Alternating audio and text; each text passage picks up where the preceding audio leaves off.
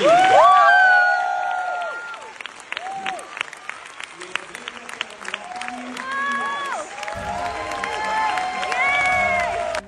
অন্যতম মর্যাদাপূর্ণ কান চলচ্চিত্র উৎসবে প্রদর্শিত হলো বাংলাদেশের নির্মাতা আদনান আল রাজীব পরিচালিত স্বল্পদৈর্ঘ্য চলচ্চিত্র আলী। এবার ছবিটি পেল বিশেষ পুরস্কার।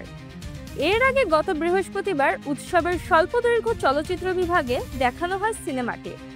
তখনই এটি বেশ প্রশংসিত হয়, আর এ নিয়ে সিনেমা প্রেমীরাও ছিলেন আপ্লুত। ফ্রান্সের স্থানীয় সময় শনিবার সন্ধ্যায় এবারের আসরের পর্দা নামছে।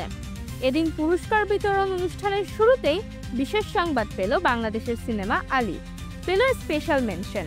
এই অর্জন ইতিহাসে প্রথমবারের মতো কান উৎসবের মূল প্রতিযোগিতা বিভাগে জায়গা পেল বাংলাদেশ। কান চলচ্চিত্র উৎসবের সামাজিক মাধ্যম সহ ওয়েবসাইটে পাওয়া গিয়েছে এই খবর।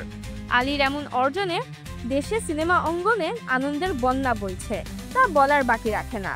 এ নিয়ে সামাজিক মাধ্যমে আলী টিমকে অভিনন্দন জানিয়েছেন নির্মাতা ও সংস্কৃতি উপদেষ্টা মোস্তফা সরোয়ার ফারুকী।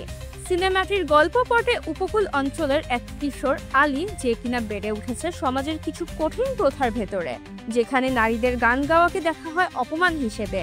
আর এমনই এক পরিবেশে গানের প্রতিযোগিতায় অংশ নিতে চান আলী। তার এই সরল আকাঙ্ক্ষার আড়ালে আছে এক দীর্ঘ সাংস্কৃতিক নিষেধাজ্ঞা, যা প্রশ্ন তোলে লিঙ্গ বৈষম্য, পরম্পরা ও ব্যক্তি স্বাধীনতার সীমারেখা নিয়ে।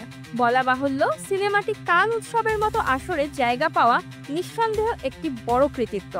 আর প্রদর্শনীর পরপরই সিনেমাটি দর্শক ও সমালোচকদের কাছ থেকে প্রশংসা কুড়ায়। এবার চলচ্চিত্রটির স্পেশাল মেনশন আন্তর্জাতিক মঞ্চে উল্লেখ করে নিল বাংলাদেশের নামে।